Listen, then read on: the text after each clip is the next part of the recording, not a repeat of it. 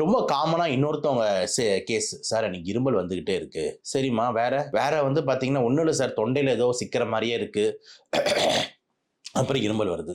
அப்ப நான் அவங்ககிட்ட கேட்பேன். அப்படியா?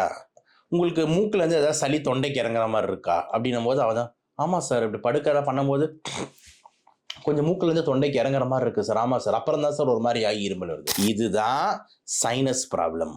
சைனூசைட்டிஸ். மூக்குல இருக்குல்ல அந்த சைனஸ்ன்ற ஓட்டைகள். இத பத்தி ஒரு வீடியோ போட்டிருந்தோம். ஞாபகம் இருக்குங்களா? சைனஸ்ல என்னதான் இருக்கு பார்க்கலாம் வாங்க. சைனஸ்ன்னு. அந்த சைனஸ் வீடியோவும் டிஸ்கிரிப்ஷன்ல போடுறேன். தேவைப்படுறவங்க போய் பார்த்துக்கோங்க. ரொம்ப இம்பார்ட்டன்ட் டாபிக் அது. இந்த சைனஸ் ப்ராப்ளம் இருக்கிறவங்க, அந்த அலர்ஜிக் ரைனைட்டிஸ்ன்னு சொல்லக்கூடிய மூக்குல அலர்ஜி இருக்கிறவங்களுக்கு சளி மூக்குல உற்பத்தி ஆகி இந்த சைனஸ்ல இருந்து தொண்டைக்கு இறங்குது. அந்த தொண்டையில இரிட்டேஷன் பண்ணி உங்களுக்கு இரும்பலை உண்டாக்குது. சோ இதெல்லாமே வந்து பாத்தீங்கன்னா அப்பர் ரெஸ்பிரேட்டரி ட்ராக்ட்னு சொல்லுவோம். அதாவது மெடிக்கல் டேர்ம்ல. அதாவது என்னன்னா, சோ இந்த அப்பர் ரெஸ்பிரேட்டரி ட்ராக்ட் ப்ராப்ளம்ஸ்லயும் இந்த இருமல் வரலாம். ரொம்ப காமனா அது இருக்கிற ப்ராப்ளம் தான் இந்த சைனசைட்டிஸ்.